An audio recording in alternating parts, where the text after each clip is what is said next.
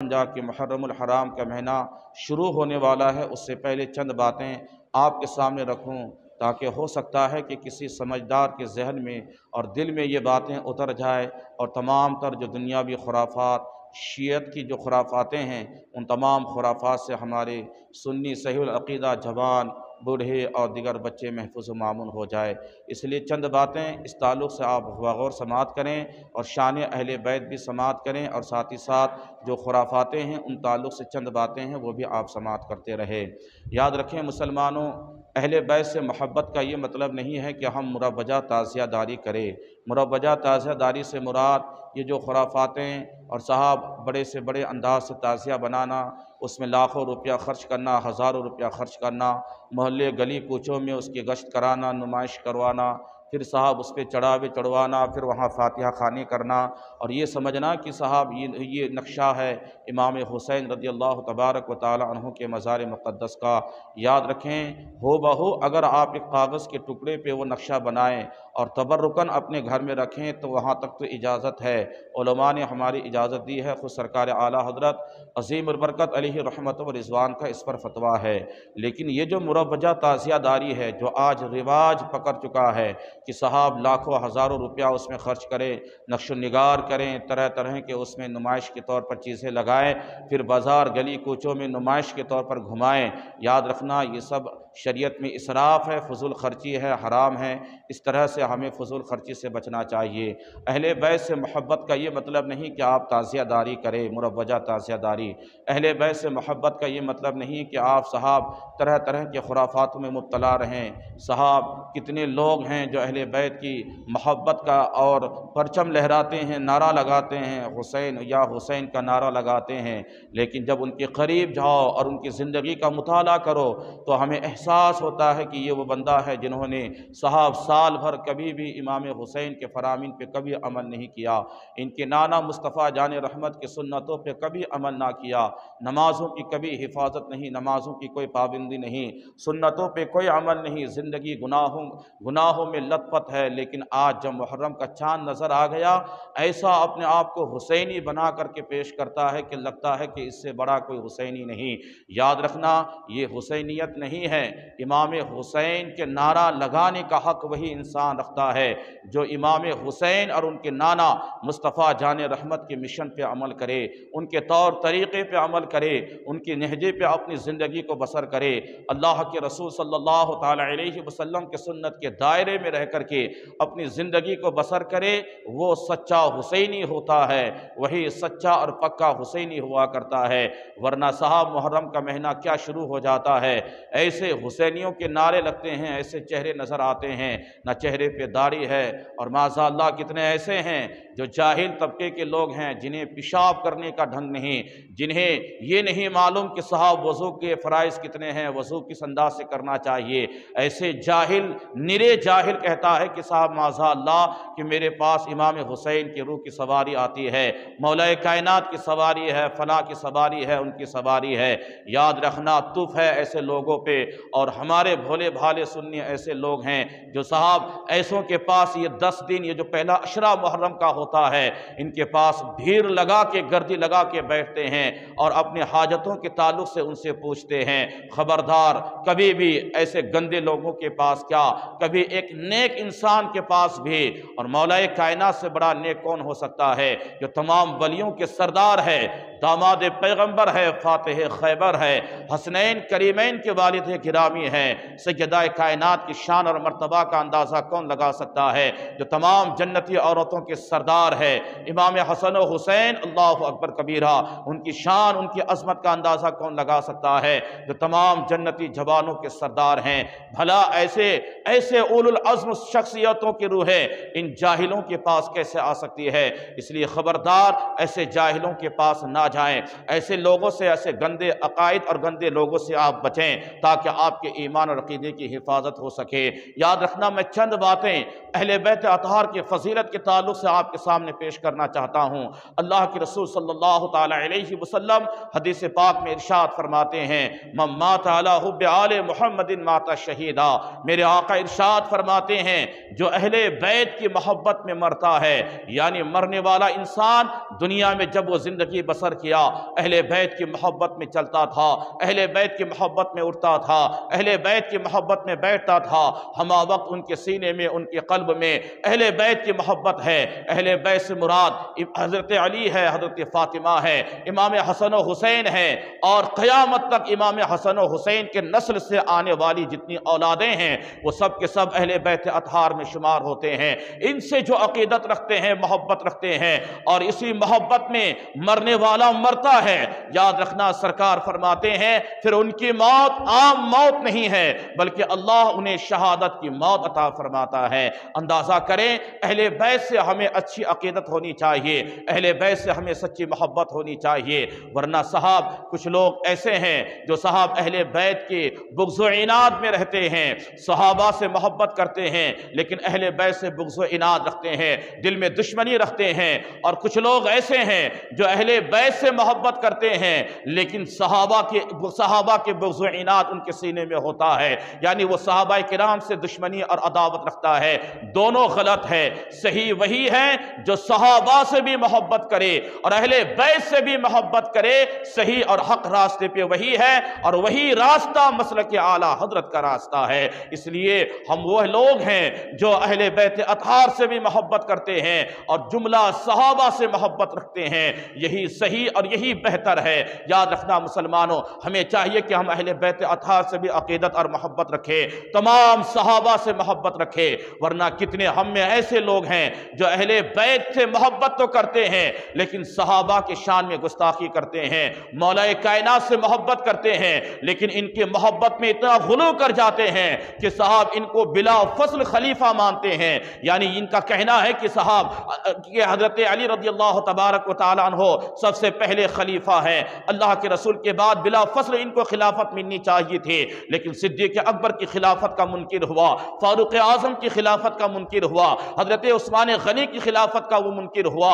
اس لیے یہ بھی حق پہ نہیں، حق تو وہی ہے کہ اللہ کے رسول صلی اللہ تعالی علیہ وسلم نے اپنے حیات ظاہری میں حضرت صدیق اکبر کو مصلی امامت پہ کھڑا کر کے آپ نے تمام صحابہ کو اشارتاً فرما دیا کہ میرے بعد اگر تم میں کوئی افضل و اعلیٰ ہے تو وہ صدیق اکبر ہے۔ اللہ اکبر کبیرہ، بے شمار اس پر دلائل ہے، لیکن یہ جاہل پھر بھی کہتا ہے کہ یہ بلا فصل خلافت اس حضرت علی کرم اللہ وجہ الکریم کو ملنی چاہیے تھی، لیکن صاحب انہوں نے صدیق اکبر کی خلافت کا انکار کیا۔ فاروق اعظم، عثمان غنی رضی اللہ تبارک و تعالی عنہم، تینوں صحابہ کے حق میں یہ لوگ لعن طعن کرتے ہیں۔ اس لیے ایسے رافضی شیعت کے ذہنت رکھنے والے خارجی قسم کے لوگوں سے آپ بچیں اور وہ راستہ اختیار کریں جو صحیح اور حق راستہ ہے۔ اسی صحیح اور حق مسلک کا نام مسلک اعلیٰ حضرت ہے۔ ہم وہ لوگ ہیں کہ ہم تمام صحابہ کو برحق مانتے ہیں، خلفائے راشدین کو برحق مانتے ہیں، تمام صحابہ پہ ہمارا اچھا عقیدہ اور ایمان ہے، یہی تمام اہل بیت اطہار سے ہم محبت کرتے ہیں۔ تو یاد رکھنا اللہ کے رسول صلی اللہ تعالی علیہ وسلم حدیث پاک میں ارشاد فرماتے ہیں الا من مات علی حب آل محمدین کہ خبردار ہوشیار ہو جاؤ، جو اہل بیت کی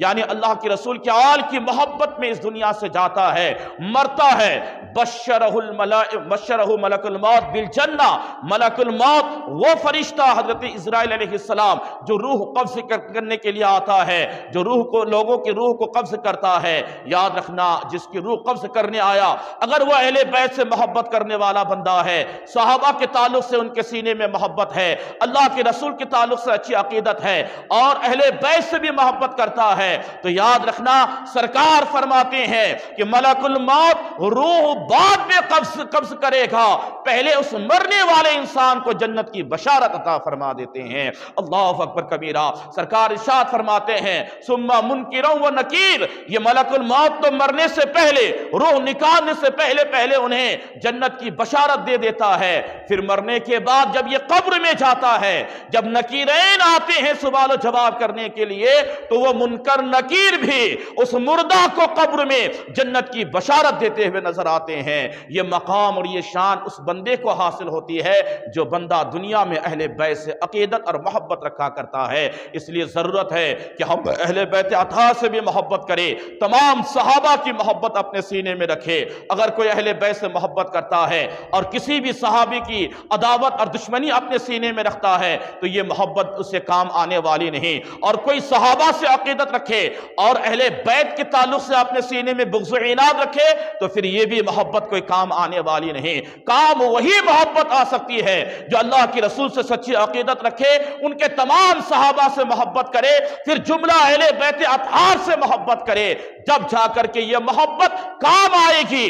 اور اس انداز سے یہ محبت کام آئے گی کہ دنیا میں بھی کام آئے گی یہ محبت اور آخرت میں بھی کام آئے گی یہ محبت۔ اس لیے ضرورت ہے کہ ہم جملہ صحابہ سے بھی اچھی محبت رکھیں اور تمام جتنے بھی اہل بیت اطہار ہے جملہ اہل بیت اطہار کی بھی محبت اپنے سینے میں رکھیں۔ یاد رکھنا اللہ کے رسول صلی اللہ تعالی علیہ وسلم ارشاد فرماتے ہیں ان لوگوں کے تعلق سے جو اہل بیت اطہار کی محبت اپنے سینے میں رکھتے ہیں، میرے آقا ارشاد فرماتے ہیں الا من مات علی حب آل محمد، جو خبردار ہوشیار جو اللہ کے رسول کے یعنی میرے آل کی محبت میں مرتا ہے، سرکار اس کے تعلق سے ارشاد فرماتے ہیں فتح لہو بابان فتح لہو الی قبرہ بابان من الجنہ، سرکار ارشاد فرماتے ہیں کہ پھر اللہ تبارک و تعالی مرنے کے بعد اس بندے کی قبر میں جنت کے 2 دروازے کو کھول دیتا ہے۔ کتنا اعلیٰ مقام اس بندے کے لیے ہے مرنے کے بعد جو دنیا میں اہل بیت سے محبت کرتا ہے۔ آپ اہل بیت سے دنیا میں محبت کریں گے، اس کا صلہ جو دنیا میں ملنا ہے وہ تو ملے گا ہی، لیکن مرنے کے بعد آپ کے لیے یہ پیغام ہے کہ جنت کے 2 دروازے آپ کی قبر میں کھول دیے جائیں گے، یعنی جنتی دروازے سے جنتی نعمتیں، وہاں کی ہوائیں، وہاں کی ساری غذائیں آپ کو اپنی قبر میں میسر ہوگی۔ بتائیں یہ کتنا بڑا مقام ہے، یہ کتنا بڑا درجہ ہے۔ یہ کس کو ملے گا؟ انہیں ملے گا جو اہل بیت سے بھی محبت کرتے ہیں، صحابہ سے بھی محبت کرتے ہیں اور اللہ کے رسول کی شان میں بھی اپنا عقیدہ بہترین اور اچھا سے اچھا رکھتے ہیں۔ انہی لوگوں کے لیے پیغامات ہے، انہی لوگوں کے لیے مصداق ہے۔ تو اس لیے ضرورت ہے کہ ہم اہل بیت سے محبت کریں۔ اب ان سے محبت کا نعرہ تو سب لگاتے ہیں، اب ان سے محبت کا مطلب یہ نہیں ہے کہ دنیا میں ہم خرافات ان کے نام پہ کریں۔ ان سے محبت کا مطلب یہ نہیں ہے کہ صاحب ہم تعزیہ داری کریں، 10 دن نمائش کریں، پھر صاحب لوگوں کو زیارتیں کروائے اور 10 دن کے بعد لاکھوں روپیہ خرچ کرنے کے بعد پھر پانی میں لے جا کر کے ہم اسے ٹھنڈا کر دے۔ یہ کس نے آپ کو بتایا ہے؟ اہل بیت سے محبت کا مطلب یہ نہیں ہے، بلکہ اہل بیت سے اگر سچی محبت ہے تو 5 وقت کی نماز کی حفاظت کرے۔ اہل بیت سے آپ کو محبت ہے تو گناہوں سے اجتناب کرے۔ اہل بیت سے آپ کو سچی محبت ہے تو اسلام کے قوانین پہ عمل کرے، قرآن کی تلاوت کرے، جب امام حسین کو یاد کرے، اہل بیت کو یاد کرے، محرم کا مہینہ آئے تو کربلا کے دل دوز واقعات کو یاد کر کے ذرا خوف خدا کو اپنے سینے میں بسا کر کے 1-2 قطرہ آنسو بہا لیا کرے۔ یہ محبت حسین ہے۔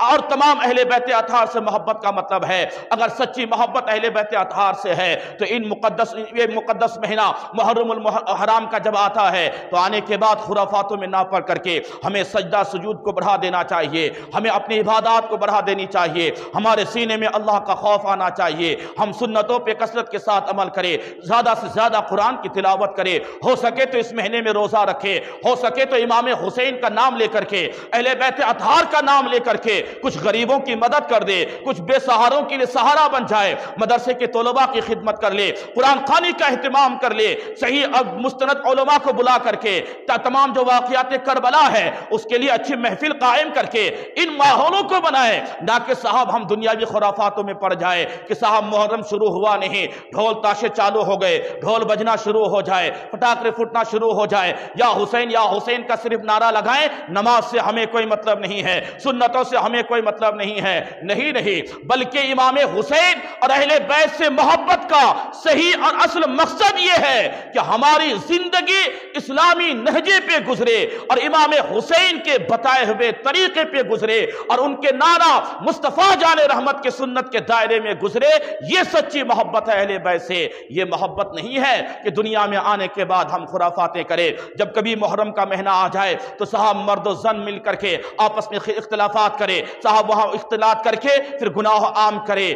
کتنے ایسے ہیں جو صاحب ان ماحولوں کو لے کر کے اس بھیڑ بھاڑ میں آ کر کے شراب نوشی کا ماحول ہو جاتا ہے، نشے میں دھت ہو کر کے صاحب انگاروں پہ دوڑتا ہوا آپ کو تماشا دکھا دیتا ہے، لوگ بھیڑ لگا لیتے ہیں، یا حسین حسین کا نعرہ لگا کر کے انگاروں پہ چلتا ہے، آپ نے یہ تو دیکھا کہ یہ انگار پہ چلتا ہے، آپ نے یہ نہیں دیکھا کہ انہوں نے کتنے کیمیکل کا انتظام کیا ہے، اس کا استعمال کیا ہے۔ اس لیے ان دھوکے باز اور فریب کاریوں کے قریب نہ جائیں۔ آپ اصل زندگی دیکھیں، آپ اصل مقصد دیکھیں۔ ہماری شریعت، ہمارا مذہب جن چیزوں کی اجازت دیتا ہے ہم وہ اعمال کریں، اور جن سے بچنے کا حکم دیتا ہے ہم اس سے بچیں۔ یاد رکھنا اللہ تبارک و تعالیٰ فرماتا ہے قُلْ لَا أَسْأَلُكُمْ عَلَيْهِ أَجْرًا إِلَّا الْمَوَدَّةَ فِي الْقُرْبَى، اے محبوب آپ فرما دے کہ اے میرے صحابہ، اے میرے دیوانوں، میں تم پر اس سے کچھ اجرت طلب نہیں کرتا، ہاں ایک چیز کا مطالبہ کرتا ہوں، وہ ہے میرے قرابت داروں سے محبت، میری قرابت داروں سے محبت۔ جب یہ آیت کریمہ نازل ہوئی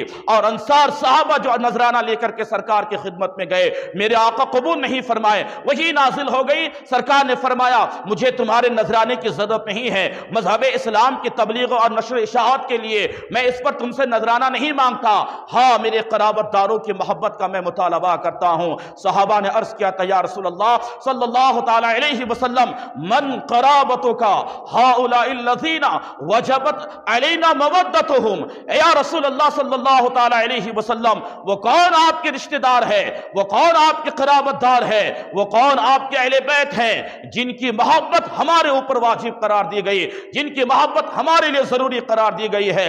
سرکار ارشاد فرماتے ہیں قال علی فاطمہ والحسن والحسین وابناہما، میرے آقا ارشاد فرماتے ہیں علی، فاطمہ اور امام حسن و حسین اور ان دونوں کی اولاد جو قیامت تک نسل آنے والی ہے، ان کی محبت ہر مومن پر واجب اور ضروری ہے۔ یہ اللہ تبارک و تعالیٰ کا حکم ہے۔ قرآن کی اس آیت سے پتہ چلتا ہے کہ جو اہل بیت اطہار ہے، جو اللہ کے رسول کے قریبی رشتہ دار ہے، جو آپ کے قرابت داروں میں آتے ہیں، ان کی محبت ہر مومن کے لیے واجب اور ضروری ہے۔ اس حدیث میں سرکار نے فرمایا کہ حضرت فاطمہ، حضرت علی اور حضرت امام حسن و حسین اور قیامت تک ان کی آنے والی جو نسلیں ہیں، یعنی امام حسن و حسین کا اولاد در اولاد قیامت تک جو نسلیں چلنے والی ہے، ان کی محبت ہر مومن پہ واجب ہے۔ دوسری روایت میں آتا ہے کہ صحابہ نے عرض کیا تھا یا رسول اللہ صلی اللہ تعالی علیہ وسلم وہ کون آپ کے قرابت دار ہے جن کے حق میں یہ آیت نازل ہوئی، جن کے حق میں یہ قرآن کی آیت نازل ہوئی؟ سرکار نے فرمایا تھا علی، فاطمہ، حسن و حسین، بس اتنے پہ آپ نے بس فرمایا۔ اور پہلی روایت میں وابناہما کا لفظ ہے، یعنی امام حسن و حسین کے آنے والی نسلیں، ان کی اولادیں۔ تو یہاں سے پتہ چلتا ہے کہ جتنے بھی اہل بیت اطہار ہے، جو آل رسول ہے، ان کی تعظیم ہمارے لیے ضروری ہے، ان کا ادب و احترام کرنا ہمارے لیے واجب ہے، ہم پر ضروری ہے کہ ہم ان کا ادب و احترام کریں۔ یاد رکھنا مسلمانوں، اہل بیت اطہار سے عقیدت اور محبت ہر مومن کے لیے واجب ہے۔ اب اس فرقہ سے دور رہنا، اس جہنمی فرقہ سے دور رہنا جو معاذ اللہ، صدبار معاذ اللہ یہ کہتا ہے اور کتابوں میں لکھتا ہے کہ معاذ اللہ امام حسین باغی تھے، امام حسین حکومت اور دولت کے لالچی تھے، اور یزید پلید جیسے شرابی کے تعلق سے لکھتا ہے کہ صاحب وہ امیر المؤمنین تھے، وہ تو حق پہ تھے، وہ تو جنتی ہیں۔ یاد رکھنا اگر ایسے فرقے والے آپ کو ملے یا کوئی ایسا عقیدہ اور ایسا بکنے والا کوئی آپ کو بکواس کرتا ہوا ملے تو ان سے جھگڑا مت کرنا، ان سے فساد مت کرنا، ان جاہلوں سے کہنا تمہیں تمہارا عقیدہ مبارک ہو، ہم سنیوں کو ہمارا عقیدہ مبارک ہو۔ ارے تمہارا ٹھکانہ یزید پلید کے ساتھ جو ان کا حشر ہوگا وہی تمہارا حشر ہو، جو ان کا ٹھکانہ وہی تمہارا ٹھکانہ۔ ہم سنیوں کو مبارک ہو کہ ہمارا ٹھکانہ بھی وہی ہو جو امام حسین کا ٹھکانہ ہو، جو ان کا مسکن ہو وہی ہمارا مسکن ہو، جو ان کا حشر ہوگا وہی ہمارا حشر ہوگا۔ یہ کہہ کر کے آپ ان سے کہہ دینا یہ تو مقدر کی بات ہے، ہر ایک کو اہل بیت کی محبت عطا نہیں ہوتی ہے، کسی کے دل میں اہل بیت کی عداوت ہوتی ہے۔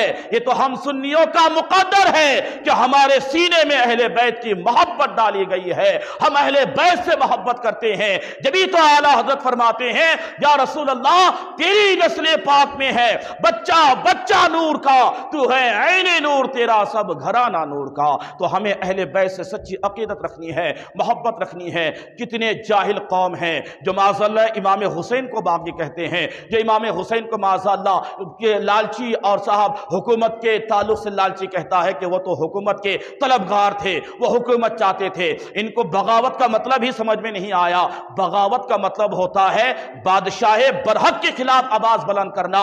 امام حسین کی موجودگی میں سیدنا صدیق اکبر نے خلافت کی ہے، حضرت فاروق اعظم نے خلافت کی ہے، حضرت عثمان غنی نے کی ہے، خود ان کے والد گرامی مولا کائنات نے کی ہے۔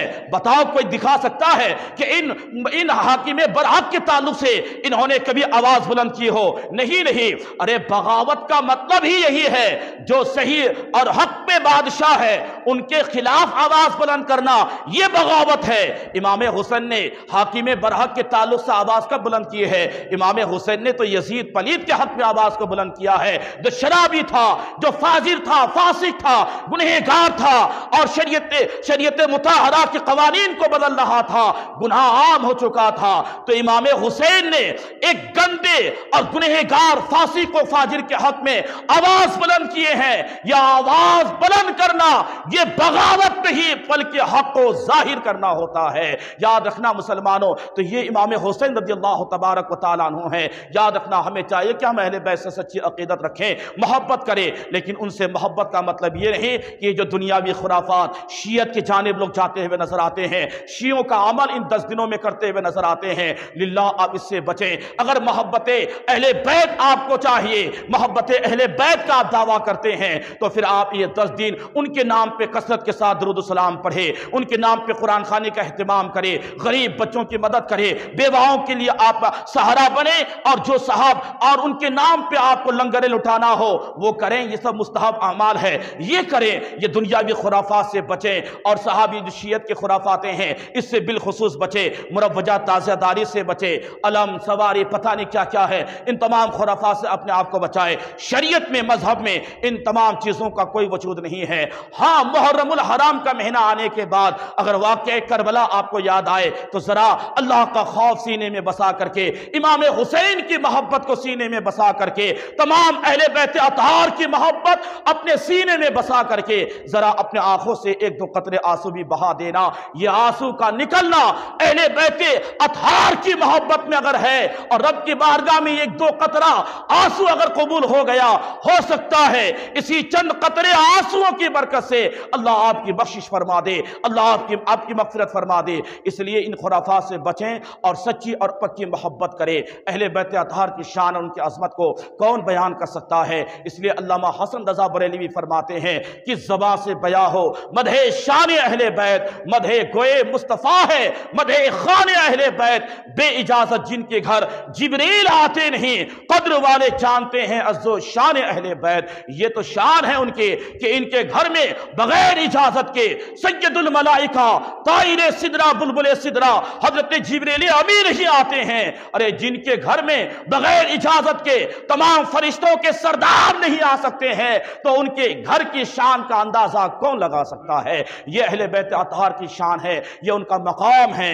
یاد رکھنا مسلمانوں، بے شمار اس تعلق سے باتیں ہیں، لیکن ذرا میں آپ کو یہ بتانا چاہتا ہوں اللہ کی رسول اہل بیت اطہار سے اور بالخصوص امام حسن و حسین سے کس انداز سے محبت کرتے تھے۔ ذرا اس تعلق سے ایک روایت آپ کے سامنے پیش کروں۔ اس حدیث پاک کو سرکار اعلیٰ حضرت رضی اللہ تبارک و تعالیٰ عنہ نقل فرماتے ہیں، اور اس حدیث کے راوی خود حضرت عثمان غنی رضی اللہ تبارک و تعالیٰ عنہ ہیں۔ وہ فرماتے ہیں کہ ایک دن سرکار کی بارگاہ میں ہم لوگ بیٹھے ہوئے تھے، اتنے میں میرے آقا مصطفیٰ کریم صلی اللہ تعالیٰ علیہ وسلم نے پیغام بھیجا اپنی بیٹی کے گھر کہ بیٹی دونوں شہزادے کو میرے پاس بھیجو۔ اللہ اکبر کبیرہ۔ اب یہ ایسا نہیں ہے کہ حضرت امام حسن و حسین کو یا فاطمہ زہرا کا گھر 2 کلو 4 کلومیٹر دور تھا، نہیں بلکہ اسی اطراف میں رہتے تھے۔ وہ بھی ہمیشہ سایہ رحمت میں زندگی بسر کرتے تھے، قربت مصطفیٰ میں رہ کر کے رہا کرتے تھے، لیکن حجرہ الگ تھا۔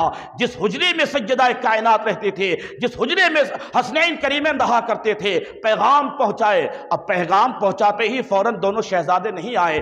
حضرت عثمان غنی فرماتے ہیں کہ میں سرکار کو دیکھا کہ آپ اپنی نظر سر کو جمائے ہوئے اسی حجرے کی جانب رکھے ہیں جس حجرے سے حسنین کریمین کو نکلنا تھا۔ سرکار اعلیٰ حضرت یہاں پہ جملہ ارشاد فرماتے ہیں، ایسا لگتا تھا کہ جب پیغام اللہ کے رسول کا پہنچا ہے کہ بیٹی دونوں شہزادے کو بھیجا جائے تو حضرت سیدہ کائنات حضرت سیدہ فاطمہ دونوں شہزادوں کے لباس کو چینج کر رہے تھے اور انہیں تیار کر رہے تھے کہ نانا مصطفیٰ نے خصوصاً بلایا ہے۔ یوں تو ہمیشہ دونوں شہزادے نانا کی بارگاہ میں رہا کرتے تھے، لیکن آج بلائے ہیں تو اس کا کچھ نہ کچھ مقصد ہے۔ اعلیٰ حضرت فرماتے ہیں کہ اچھا لباس پہنایا گیا، عطر سے معطر کیا گیا، خوشبو وغیرہ لگا کر کے پھر جب دروازہ کھلا حضرت عثمان غنی فرماتے ہیں کہ میرے آقا پوری نظر جمع کر کے اسی حجرے کی جانب ہے کہ کب نکلیں گے دونوں شہزادے۔ محبت دیکھے اللہ کے رسول اپنے ان نواسوں سے کیسی محبت کرتے ہیں، اہل بیت اطہار سے کیسی محبت کرتے ہیں۔ اور آج ہم محبت کا دعویٰ بھرتے ہیں لیکن صاحب صرف دعویٰ ہی کرتے ہیں، اس پر کوئی دلیل ہم پیش نہیں کر سکتے کہ واقعی ہم اہل بیت سے محبت کرتے ہیں۔ یہ لوگوں نے محبت کا معیار بنا لیا ہے کہ اہل بیت کی محبت کا معیار یہ ہے کہ صاحب تعزیہ بنا لو، 10 دن نمائش کر لو، پھر لے جا کر کے فضول خرچی کر کے وہاں لے جا کر کے اسے ٹھنڈا کر دو۔ یہ محبت نہیں ہے اہل بیت سے۔ اہل بیت سے اگر سچی محبت ہے تو قسم خدا کی اس محبت کا صلہ جو دنیا میں ملنا ہے وہ تو ملے گا ہی۔ اعلیٰ حضرت فتویٰ رضویہ کے اندر لکھتے ہیں کہ جو دنیا میں اہل بیت سے محبت کرتا ہے، ان کی خدمت کرتا ہے، قیامت کے دن میرے آقا ان لوگوں کو ڈھونڈ ڈھونڈ کر کے اس کا اجر انہیں قیامت کے دن عطا فرمائیں گے۔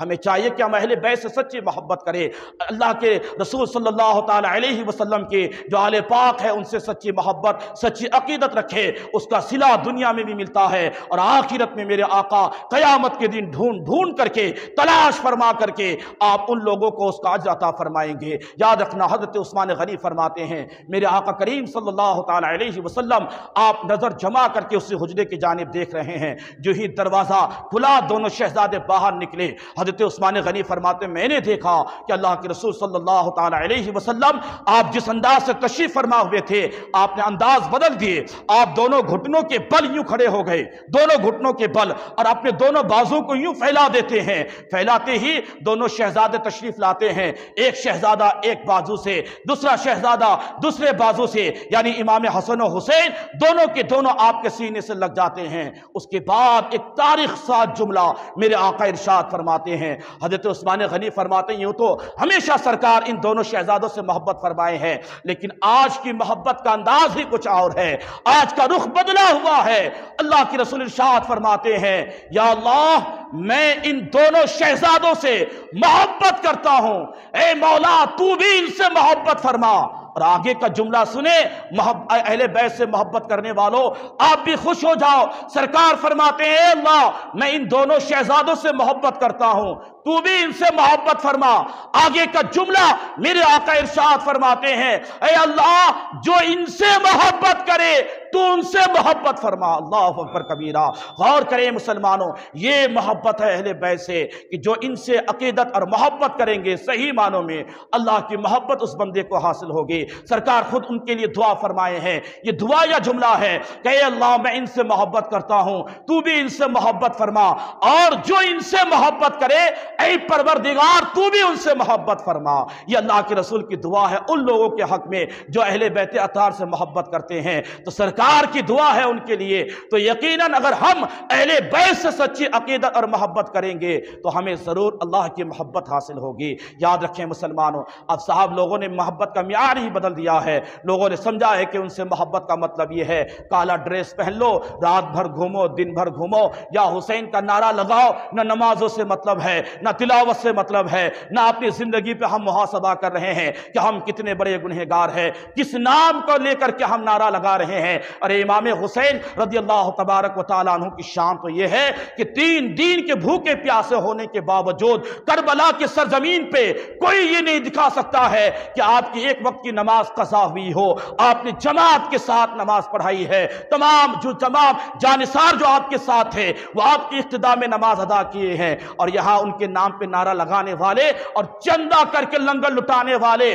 لوگوں سے جبرن پیسہ لے کر کے امام حسین کے لنگر لٹانے والے صاحب ایسے ہیں کہ صاحب نہ ان کو نماز سے مطلب، نہ مسجد سے مطلب، نہ صاحب دین سے مطلب، نہ سنتوں سے مطلب ہے، بس ایک نعرہ ہے حسین یا حسین کا نعرہ لگا لو، اس سے کچھ ہونے والا نہیں ہے۔ یا حسین کا نعرہ لگانے کا حق وہی بندہ رکھتا ہے جن کے سینے میں اہل بیت کی سچی محبت ہو، جن کے سینے میں تمام صحابہ کی محبت ہو، جن کے سینے میں اللہ کے رسول کی سچی محبت ہو اور پیغمبر اسلام کے سنت کے دائرے میں اپنی زندگی بسر کرے، ان کے مشن پہ چلے، ان کے نہجے پہ اپنی زندگی کو گزارے، وہی انسان سچا محب اہل بیت ہے اور وہی یا حسین کا نعرہ لگانے کا حق رکھتا ہے، ورنہ ہر ایرے گہرے کو یہ حق نہیں ہے۔ آج جو دیکھیں جس کو دیکھے، ابھی محرم کا چاند 2-3 دن میں ہوگا، اب دیکھیے گا اس کے بعد ماحول کیا ہوتا ہے، صاحب لوگ بس اسی جانب جھکے رہتے ہیں، ادھر تعزیہ داری، ادھر یہ صاحب، ادھر یہ،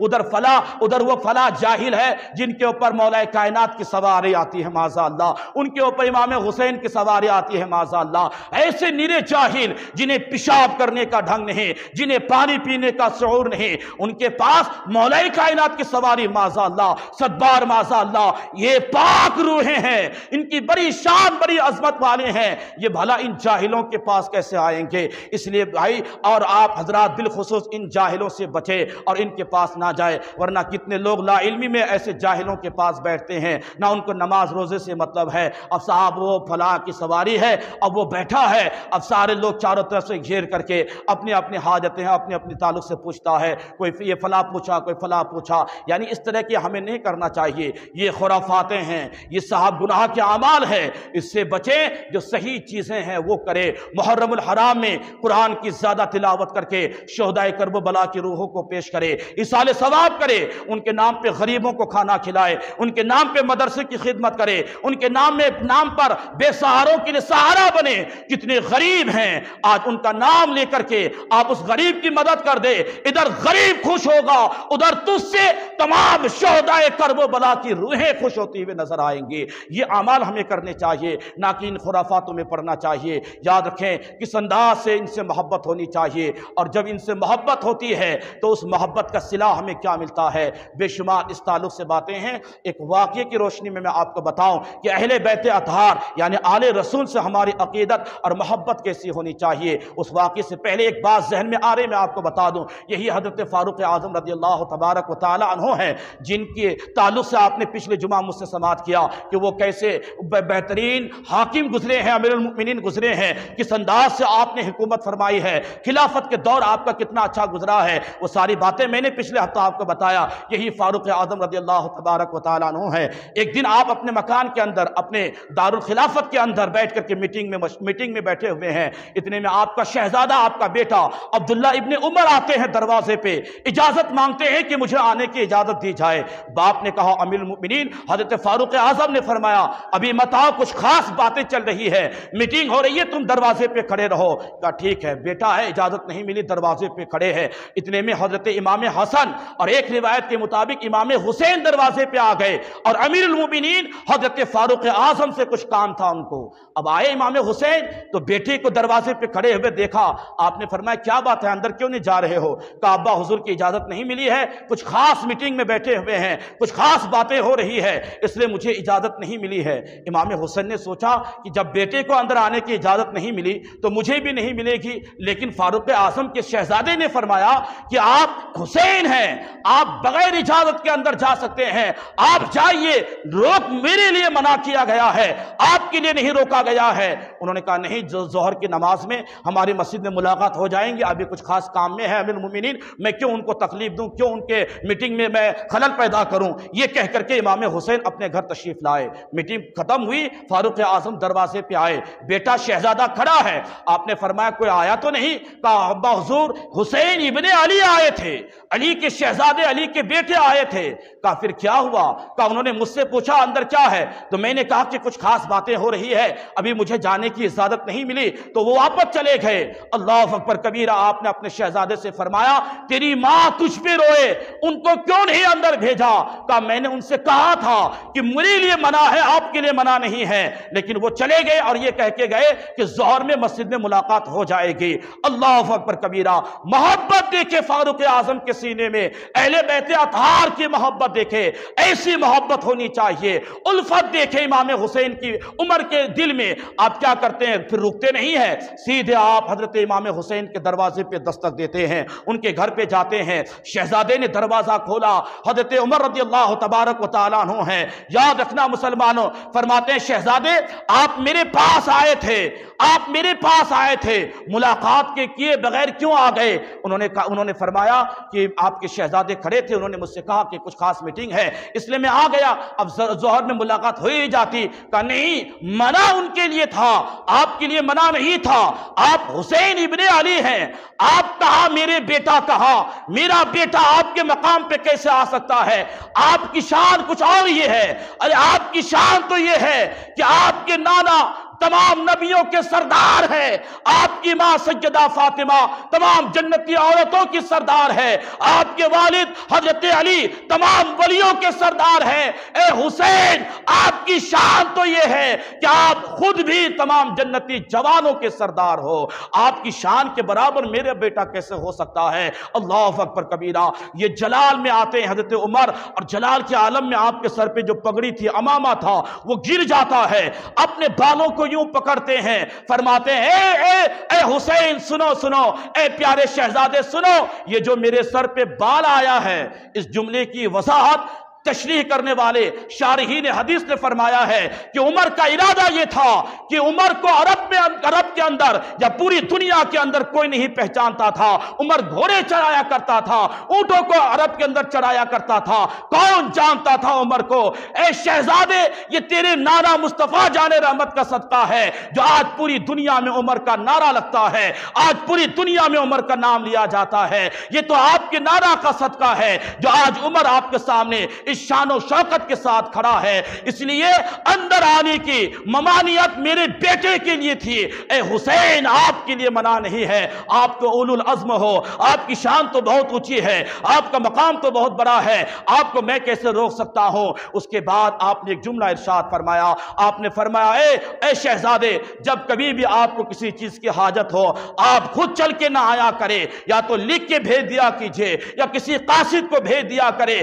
آپ جب جس چیز کے لیے سوال کریں گے، امیر المؤمنین آپ کی حاجت کو اور آپ کی ضرورت کو پوری کرتے ہوئے نظر آئیں گے۔ یہاں سے پتا چلتا ہے کہ ہمیں اہل بیت سے کیسے محبت کرنی چاہیے۔ یہ محبت کر کے خلیفہ دوم حضرت فاروق اعظم نے بتا دیا ہے۔ اس لیے ضرورت ہے کہ ہم ان سے سچی محبت کریں۔ اب محبت کا مطلب جو آج دنیا میں لوگوں نے بنایا ہے، یہ نہیں ہونی چاہیے۔ ان سے سچی محبت کا مطلب یہ ہے کہ ایک محرم الحرام سے عاشورے تک، 10ویں تاریخ تک ایک ذمہ دار عالم کے زبانی آپ واقعات کربلا کو سنیں، اچھے مستند جو واقعات ہیں، جو باتیں ہیں کربلا کے تعلق سے، اسے سماعت کرے، علم میں اضافہ کرے، اور کربلا کے واقعات کو سننے کے بعد اپنی زندگی میں نکھار لائیں۔ بے نمازی ہیں، امام حسین کی سیرت، کردار، اخلاق، ان تمام چیزوں کو سن کر کے یا پڑھ کر کے آپ نمازی بن جاؤ، اپنے اخلاق کو سدھار لو، سنت کے دائرے میں زندگی بسر کرو، چہرے پہ داڑھی نہیں ہے جاری رکھو، اللہ کے رسول کی سنتوں پہ عمل کرو۔ یہ سچی محبت ہے اہل بیت سے۔ ورنہ صاحب یہ نعرہ لگانے سے کچھ نہیں ملنے والا، یہ لنگریں لٹانے سے کچھ نہیں ملنے والا۔ اب صاحب کتنے لوگ ہیں جو صاحب گروپ بائی گروپ جو ہے گلی کوچوں میں صاحب لنگریں کرتے ہیں، لیکن ان کا حال کیا ہے؟ یہ کہاں سے پیسے لے کر کے آتے ہیں، کن سے پیسہ لے کر کے آتے ہیں، لیتے وقت یہ بھی نہیں دیکھتا ہے میں کس نام پہ مانگ رہا ہوں اور لے کس سے رہا ہوں۔ اگر کوئی صاحب ناجائز اور حرام طریقے سے کمانے والا ہے تو ان کے پاس سب سے زیادہ چندہ لیا جاتا ہے، اور وہ بھی دیتا ہے چلو امام حسین کے نام پہ دے دو۔ کیا ہے؟ ابھی 1 لاکھ جائے گا، 2 لاکھ میں کل حرام طریقے سے کما لوں گا۔ تو یاد رکھیں مسلمانوں، اگر آپ کو لنگر ہی کرنا ہے تو کیا ضرورت ہے کہ 100 لوگوں کے لیے کرو؟ کیا ضرورت ہے کہ امام حسین کے نام پہ 1000 پبلک کو لا کر کے کھلاؤ؟ نہیں، اگر 2 لوگوں کو کھلانے کی طاقت ہے، 2 غریب کا پیٹ بھرنے کی طاقت ہے، تو امام حسین کا نام لے کر کے 4 حلال طریقے سے کمائے ہوئے 4 روٹیاں تیار کر کے 2 غریب کو بلا کر کے کھلا دو. یہی 4 روٹی اگر تو نے محبت سے غریب کو کھلا دیا, غریب کا پیٹ بھر گیا, غریب راضی ہو گیا, تو حسین بھی راضی, حسین کے نانا بھی تجھ سے راضی ہو جائے گا. یہ عمل کرو نا. یہ غلط طریقے سے کمائے ہوئے لوگوں سے پیسہ لا کر کے ہزاروں کی تعداد میں بھیڑ لگا کر کے یہ کیوں ثابت کرتے ہو کہ صاحب ہم حسینی ہیں, ہم اہل بیت سے محبت کرتے ہیں, ہم لنگریں کھلاتے ہیں. اس طرح کے اعمال سے کچھ ہونے والا نہیں ہے, تمہیں کچھ نہیں ملنے والا ہے. اگر سچے حسینی ہو, سچے اہل بیت سے محبت ہے, تو پھر ان کی محبت میں آپ صاحب زیادہ سے زیادہ قرآن خوانی کا اہتمام کرو, اچھے سے اچھے واقعات سنو اور اس پر عمل کرنے کی کوشش کرو. اہل بیت اطہار سے جو سچی عقیدت اور محبت ہوتی ہے, اس کے بدلے میں ہمیں کیا صلہ ملتا ہے ذرا میں آپ کو بتاؤں.